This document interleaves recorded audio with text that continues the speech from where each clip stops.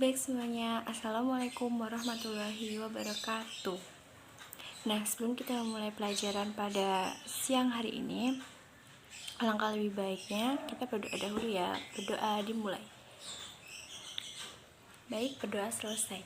Nah, pada siang hari ini kita akan mempelajari bab selanjutnya, yaitu tentang jinayah dan hukumnya. Jadi, di dalam fikih Islam, jinayat itu ada beberapa macam. Yang pertama yakni pembunuhan. Nah, secara bahasa, pembunuhan adalah menghilangkan nyawa seseorang. Nah, sedangkan secara istilah pembunuhan adalah perbuatan manusia yang mengakibatkan hilang nyawa seseorang baik dengan sengaja ataupun tidak disengaja, baik dengan alat yang mematikan ataupun dengan alat yang tidak mematikan.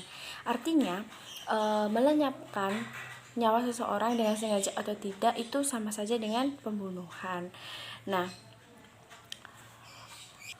pembunuhan sendiri itu terbagi dari 3 macam.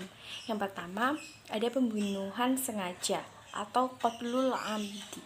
Qatlu al-amdi.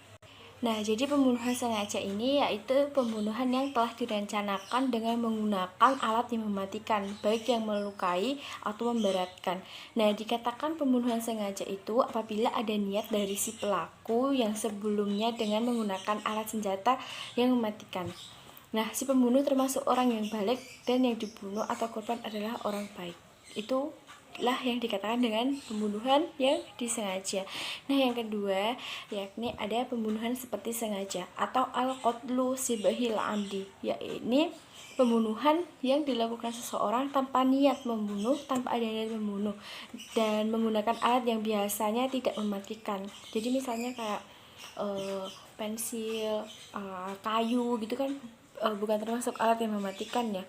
Nah, tetapi karena alat tersebut itu nyawa seseorang hilang, itulah yang dinamakan dengan pembunuhan seperti sengaja. Nah, yang terakhir yakni ada pembunuhan tersalah atau al-qatlul khata'i, yakni pembunuhan yang terjadi karena salah satu dari 3 kemungkinan. Yang pertama, perbuatan tanpa maksud melakukan kejahatan tetapi mengakibatkan kematian seseorang. Yang kedua, perbuatan yang mempunyai niat membunuh namun ternyata orang tersebut tidak boleh dibunuh. Dan yang ketiga, yakni perbuatan yang pelakunya tidak bermaksud jahat tetapi akibat kelalaiannya dapat menyebabkan kematian seseorang. Nah, itu tadi pengertian dari pembunuhan dan macam-macamnya. Terus kemudian terdapat dasar hukum larangan membunuh yakni dalam surat Al-Isra ayat 33. Nah, ini saya bacakan ya. Wala taqtulun nafsal lati haramallahu ilal bilhaq wa ma qutila madlauman faqad ja'alna liwalihi sultanan fala yusrif fil qutl innahu kana mansura, yang artinya, dan janganlah kamu membunuh jiwa yang diharamkan Allah atau membunuhnya melainkan dengan suatu alasan yang benar. Nah, adanya ketegasan mengenai larangan pembunuhan, maka jika ada 2 pihak yang saling membunuh tanpa alasan yang dibenarkan oleh syara', maka orang yang membunuh maupun yang terbunuh sama-sama akan masuk neraka. Nah, larangan membunuh ini juga ditegaskan dalam hadis Bukhari Muslim. Al-qatilu wal muqtulu finnar, yang artinya pembunuh dan yang terbunuh masuk neraka. Nah, kemudian terdapat hukuman bagi para pembunuh. Nah kan tadi pembunuhan ada 3 macam. Nah, dari masing-masing 3 macam tersebut itu hukuman yang diterima oleh pelaku pembunuhan itu berbeda-beda. Ya, yang pertama ada pembunuhan sengaja. Nah, pembunuhan sengaja ini pelakunya yakni hukumannya dikisos, yaitu pelaku harus diberikan sanksi yang berat. Dalam hal ini hakim menjadi pelaksana kisos. Keluarga dari korban juga tidak diperbolehkan main hakim sendiri.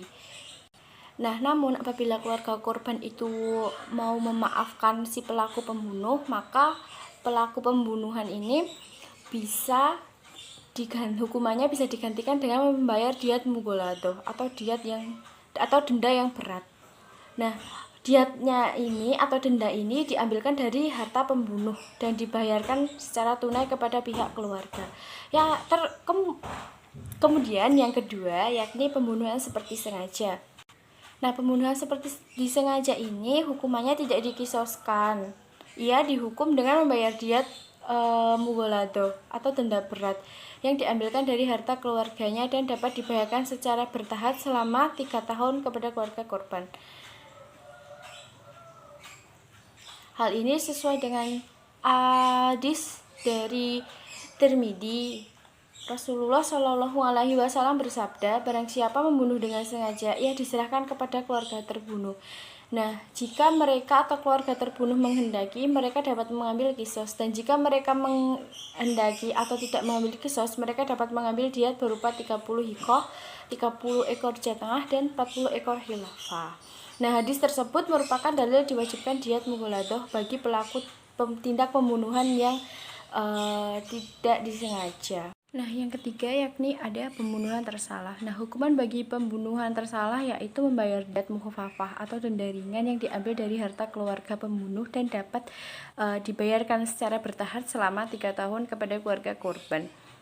Nah, hal tersebut sesuai dengan hadis riwayat Daruqutni. Rasulullah Shallallahu Alaihi Wasallam bersabda, diat khata itu terdiri dari 5 macam hewan: 20 ekor unta berumur 4 tahun, 20 ekor unta berumur 5 tahun, 20 ekor unta betina berumur 1 tahun, 20 ekor unta betina di umur 2 tahun, dan 20 ekor unta jantan berumur 2 tahun. Nah, selain itu pembunuh juga harus melaksanakan kafarat sesuai dengan firman Allah Subhanahu wa taala di surat An-Nisa ayat 92. Wa man qatala mu'mina khata'ana fatahriru raqabatin mu'minati wadiyatam musallamatun ila ahlihi. Yang artinya, dan barang siapa membunuh seorang mukmin karena tersalah, hendaknya ia harus memperdekakan seorang hamba sahaya yang beriman serta membayar diat yang diserahkan kepada keluarga yang terbunuh. Nah, kemudian ada pembunuhan secara berkelompok. Apabila sekelompok orang secara bersama-sama membunuh seseorang, maka mereka harus dihukum kisos. Hal ini disandarkan pada pernyataan Umar bin Khattab terkait praktik pembunuhan secara berkelompok yang diriwayatkan Imam Bukhari. Berikut artinya dari Sa'id bin Musayyab bahwa Umar RA telah menghukum bunuh 5 atau 6 orang yang telah membunuh seorang laki-laki secara dolim dengan ditipu di tempat sunyi. Kemudian ia berkata, seandainya semua penduduk Sunnah secara bersama-sama membunuhnya, niscaya akan aku bunuh semua. Hadis riwayat Bukhari. Nah, yang terakhir ada hikmah larangan membunuh. Adapun hikmah larangan membunuh diantaranya yang pertama yakni terpelihara jiwa dan keselamatan umat manusia. Yang kedua, dijauhkan dari hukuman di dunia dan di akhirat. Dan yang terakhir, kita sebagai manusia itu tidak mendapatkan hukuman dan terjauh dari neraka jahanam. Amin, insya Allah. Maka dari itu, anak-anak semua, kita sebagai manusia janganlah saling menyakiti satu sama lain. Nah, dari menyakiti ini nanti dapat menimbulkan rasa benci. Kemudian rasa benci itu bisa memicu rasa ingin menghilangkan seseorang itu dari hadapannya. Salah satunya dengan cara membunuh. Nah, baik, ke bab selanjutnya, ke materi selanjutnya, maksud saya, mohon maaf, yakni ada tentang penganiayaan. Penganiayaan adalah perbuatan pidana atau tindak kejahatan yang berupa melukai, merusak, atau menghilangkan fungsi anggota tubuh Penganiayaan dibagi menjadi 2 macam, yaitu penganiayaan berat dan penganiayaan ringan. Nah, penganiayaan berat itu yakni perbuatan melukai atau merusak bagian badan yang menyebabkan hilangnya manfaat atau fungsi anggota badan tersebut, seperti memukul tangan sampai patah, merusak mata sampai buta, dan lain sebagainya. Nah, yang kedua yakni penganiayaan ringan, yaitu perbuatan melukai bagian badan yang tidak sampai merusak atau menghilangkan fungsinya, melainkan hanya menimbulkan cacat ringan, seperti melukai hingga menyebabkan luka ringan, lebam, dan lain sebagainya ya. Kemudian, dasar hukum dilarangnya melakukan penganiayaan terdapat dalam Al-Quran, surat Al-Ma'idah ayat 45, yang berbunyi, وَقَتَبْنَا عَلَيْهِمْ فِيهَا أَنَّ النَّفْسَ بِالنَّفْسِ وَالْعَيْنَ بِالْعَيْنِ وَالْأَنْفَ بِالْأَنْفِ وَالْأُذُنَ بِالْأُذُنِ وَالسِّنَّ بِالسِّنِّ وَالْخُرُوحَ قِصَاصٌ. Artinya, dan kami telah tetapkan terhadap mereka di dalamnya At-Taurat bahwasanya jiwa dibalas dengan jiwa, mata dengan mata, hidung dengan hidung, dan telinga dengan telinga, gigi dengan gigi, kemudian luka dengan luka, dan adapun qisasnya. Baik, untuk kisos. Nah, kisos ini berasal dari kata kosoha, yang artinya memotong, atau berasal dari kata ikhtaso, yang artinya mengikuti, yakni mengikuti perbuatan si penjahat sebagai pembalasan atas perbuatannya.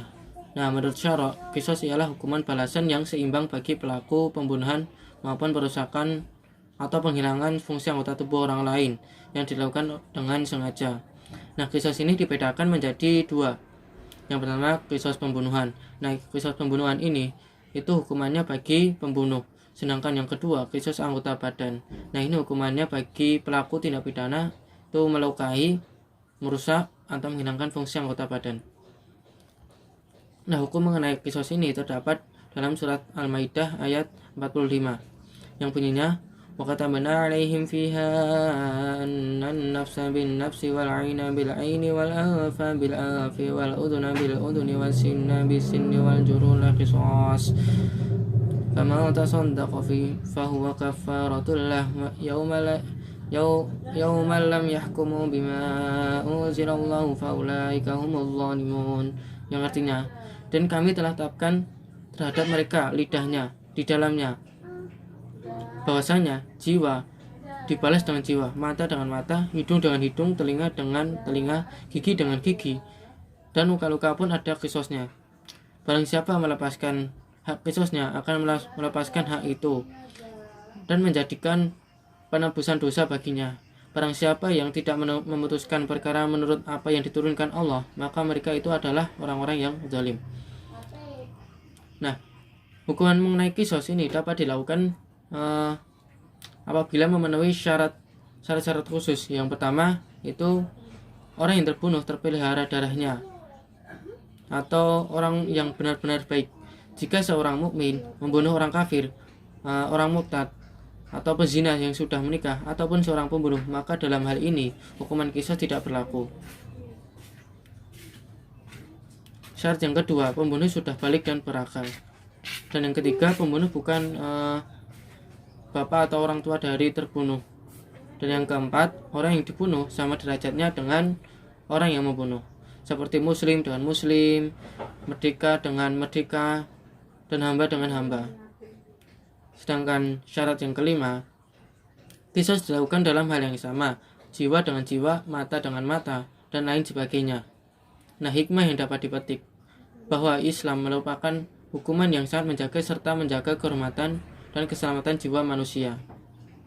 Nah, pelaku perbuatan pembunuhan diancam dengan kisos baik yang terkait pada al-jinayat ala-nafsi atau tindak pidana pembunuhan, ataupun al-jinayat al-ama dunan nafsi, tindak pidana yang berupa merusak anggota badan ataupun menghilangkan fungsinya.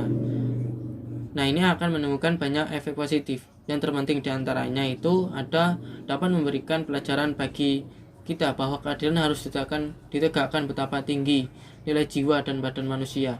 Jiwa diganti jiwa, anggota badan juga diganti dengan anggota badan yang sama. Dan juga dapat memelihara keamanan dan ketertiban. Karena dengan adanya kisos, orang akan berpikir lebih jauh jika akan melakukan tindak pidana, pembunuhan ataupun penganiayaan. Dan juga dapat mencegah pertentangan dan permusuhan yang mengundang terjadinya pertumpahan darah. Nah, yang selanjutnya itu ada pembahasan tentang diat. Nah, diat ini secara bahasa, diat yaitu tentang denda atau ganti rugi pembunuhan. Secara istilah, diat merupakan sejumlah harta yang wajib diberikan karena tindakan pidana kepada korban kejahatan atau walinya atau kepada pihak terbunuh yang teraniaya. Maksud disyariatkannya diat itu adalah mencegah praktik pembunuhan atau penganiayaan terhadap seseorang yang sudah semestinya mendapatkan jaminan pelindungan jiwa. Adapun sebab-sebab diat itu ada beberapa. Yang pertama, itu ada pembunuhan sengaja yang dilakukan pelakunya, dan pelakunya ini dimaafkan pihak terbunuh atau keluarga korban. Dan yang kedua, pembunuhan seperti sengaja. Yang ketiga, pembunuhan tersalah. Dan juga ada pembunuhan lari. Nah, diat ini dibedakan menjadi dua macam. ada diat mughaladhah atau bisa disebut dengan denda berat. Nah, diat mughaladhah ini adalah membayarkan 100 ekor unta yang terdiri dari 30 hiqah atau bisa disebut dengan unta betina berumur 3-4 tahun. Dan juga mengganti bisa membayarkan dengan 30 jazaah unta betina yang berumur 4-5 tahun dan 40 unta khilfah atau unta yang sedang bunting. Nah, bagi yang wajib untuk membayar diat ini, diat mughaladhah ini, ada yang pertama itu pelaku tindak pidana pembunuhan sengaja yang dimaafkan oleh keluarga korban. Dalam hal ini, diat harus diambilkan dari hartanya dan dibayarkan secara kontan sebagai pengganti qisas. Dan juga pelaku pembunuhan seperti sengaja, diat mughaladhah ini pada kasus pembunuhan seperti sengaja dibebankan kepada keluarga pembunuhan dan diberikan kepada keluarga korban dengan cara diangsur selama 3 tahun. Setiap tahunnya itu dibayar sepertiga. Dan juga untuk pelaku pembunuhan di tanah haram atau di Mekah pada Asyurul Hurum atau di bulan Muharram, Rajab, Dzulqa'dah dan Zulhijjah, atau pembunuhan yang dilakukan seseorang terhadap mahramnya. Nah, macam diat ini yang kedua ini adalah diat mukhafafah atau denda ringan. Diat mukhafafah yang dibayarkan kepada keluarga korban ini berupa 100 ekor unta, terdiri dari 20 unta hiqah, 20 unta jaz'ah, 20 unta binta makot, 20 unta binta labun, dan 20 unta ibna labun. Yang wajib membayarkan diat mukhafafah ini ada yang pertama pelaku pembunuhan tersalah. Nah, dengan pembayaran diangsur selama 3 tahun. Setiap tahunnya sepertiga dari jumlah diat. Nah, pelaku yang kedua ini adalah ada pelaku tindak pidana yang berupa mencederai anggota tubuh atau menghilangkan fungsinya yang dimaafkan oleh korban atau keluarganya. Jika dia tidak bisa dibayarkan dengan unta, maka diat wajib dibayarkan dengan sesuatu yang seharga dengan unta. Nah, diat ini aturan diat itu untuk kejahatan melukai atau memotong anggota badan, tidak seperti aturan diat pembunuhan. Adapun penjelasannya, yang pertama itu wajib membayar satu diat penuh berupa 100 ekor unta apabila seseorang menghilangkan anggota badan tunggal. Contohnya ada di lidah, hidung, atau kemaluan laki-laki. Nah, atau sepasang anggota badan, sepasang mata, sepasang telinga, sepasang tangan, dan lain-lain. Pelaku tindak pidana pemotongan anggota tubuh tunggal ataupun berpasangan wajib membayar diat penuh setelah korban atau keluarga korban memaafkannya. Jika korban ataupun keluarga korban tak memaafkannya, maka ia diqisas. Nah, yang kedua ini wajib membayar setengah diat berupa 50 ekor unta. Jika seseorang memotong salah satu anggota badan yang berpasangan, semisal satu tangan, satu kaki, satu mata, satu telinga, dan lain sebagainya. Dan yang ketiga ini ada wajib membayar sepertiga diat apabila melukai anggota badan sampai organ dalam, semisal melukai kepala sampai otak, itu wajib membayar sepertiga diat. Dan yang keempat ini ada wajib membayar 15 ekor unta jika seseorang melukai orang lain hingga menyebabkan kulit yang ada di atas tulang terkelupas. Nah, diat yang kelima ini ada wajib membayar 10 ekor unta bagi seseorang yang melukai orang lain hingga mengakibatkan jari-jari tangannya atau kakinya putus, setiap jari 10 ekor unta. Dan yang terakhir itu wajib membayar 5 ekor unta bagi seseorang yang melukai orang lain hingga menyebabkan giginya patah atau lepas. Setiap gigi pun itu diharuskan membayar 5 ekor unta. Adapun teknis pembayaran diat, jika diat tidak bisa dibayarkan dengan unta, maka ia bisa digantikan dengan uang seharga unta tersebut. Ketentuan-ketentuan yang belum ada aturan hukumnya diserahkan sepenuhnya kepada kebijaksanaan hakim.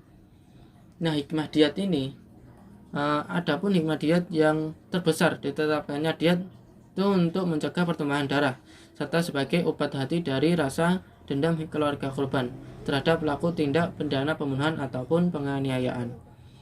kita dapat merasakan hikmah diwajibkannya diat saat kita menelaah secara seksama bahwa sekeluarga korban mempunyai dua pilihan. Yang pertama, meminta kisos. Yang kedua, itu memaafkan pelaku tindak pidana atau penganiayaan dengan kompensasi diat. Dan saat pilihan kedua dipilih keluarga korban, maka secara tidak langsung keluarga korban telah mengikhlaskan apa yang telah terjadi.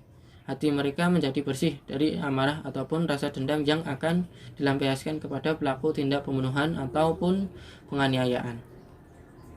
Walaupun demikian, secara manusiawi, rasa sakit hati ataupun dendam tidak bisa dihilangkan begitu saja dengan diterimanya diat. Tetapi karena keluarga korban telah berniat dari awal untuk memaafkan pelaku tindak pidana, maka dorongan batin itu lambat laun akan menetralisir suasana hingga akhirnya keluarga korban benar-benar bisa memaafkan pelaku tindak pidana setelah mereka menerima diat. Sampai titik ini semakin bisa dirasakan bahwa diat merupakan media syar'i efektif pencegah pertumpahan darah dan penghilang rasa sakit hati atau dendam keluarga korban terhadap pelaku tindak pidana pembunuhan ataupun penganiayaan. Untuk selanjutnya kafaroh akan dijelaskan untuk Mas Alahuddin Alayubi. Baik, yang selanjutnya adalah kafaroh. Kafaroh yaitu denda yang harus dibayar karena melanggar larangan Allah atau melanggar janji. Kafaroh merupakan asal kata dari kata kufur yang artinya tertutup. Maksudnya tertutup hati seseorang hingga ia berani melakukan pelanggaran terhadap aturan syar'i.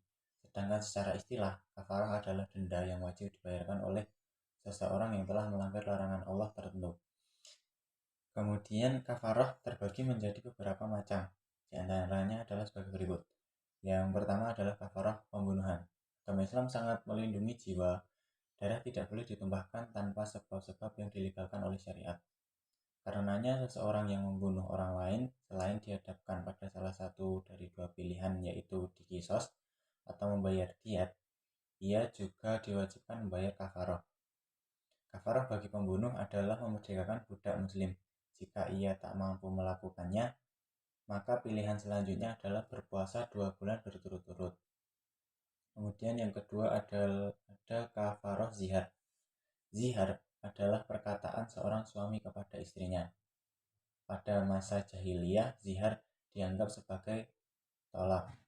Akan tetapi, setelah syariah Islamiyah turun, ketetapan hukum zihar yang berlaku di kalangan masyarakat jahiliyah dibatalkan. Syariat Islam menegaskan bahwa zihar bukanlah talak dan pelaku zihar wajib menunaikan kafaroh zihar sebelum ia melakukan hubungan biologis dengan istrinya. Kafaroh seorang suami yang menzihar istrinya adalah memerdekakan hamba sahaya. Jika ia tak mampu melakukannya, maka ia beralih pada pilihan kedua yaitu berpuasa 2 bulan berturut-turut. Dan jika ia masih juga tak mampu melakukannya, maka ia mengambil pilihan terakhir yaitu memberikan makan 60 fakir miskin. Kemudian yang ketiga ada kafaroh melakukan hubungan biologis di siang hari pada bulan Ramadan. Kafaroh yang ditetapkan untuk pasangan suami istri yang melakukan hubungan biologis pada siang hari di bulan Ramadan sama dengan kafaroh zihar, ditambah kodok sebanyak jumlah hari mereka melakukan hubungan biologis di siang hari di bulan Ramadan. Kemudian yang keempat, ada kafaroh karena melanggar sumpah. Kafaroh bagi seorang yang bersumpah atas nama Allah kemudian ia melanggarnya adalah memberi makan 10 fakir miskin, atau memberi pakaian kepada mereka, atau memerdekakan budak. Jika ketiga hal tersebut tak mampu ia lakukan, maka diwajibkan baginya puasa 3 hari berturut-turut. Kemudian yang selanjutnya ada kafaroh ila. Kafaroh ila adalah sumpah suami untuk tidak melakukan hubungan biologis dengan istrinya dalam masa tertentu. Semisal perkataan suami kepada istrinya, "Demi Allah aku tidak akan menggaulimu." Konsekuensi yang muncul karena ila adalah suami membayar kafaroh ila yang jenisnya sama dengan kafaroh yamin atau kafaroh melanggar sumpah. Kemudian selanjutnya ada kafaroh karena membunuh binatang buruan pada saat berihram. Kafaroh jenis ini adalah mengganti binatang ternak yang seimbang atau memberi makan orang miskin atau berpuasa. Kemudian selanjutnya ada hikmah kafarah. Secara umum, hikmah kafarah terangkum dalam 3 poin berikut ini. Yang pertama, manusia benar-benar menyesali perbuatan yang keliru, telah berbuat dosa kepada Allah dan merugikan sesama manusia. Kemudian yang kedua, menuntun manusia agar segera bertaubat kepada Allah atas tindak maksiat yang ia lakukan. Kemudian yang ketiga, menstabilkan mental manusia hingga ia merasakan ketenangan diri karena tuntutan agama atau membayar kafarah telah ia tunaikan.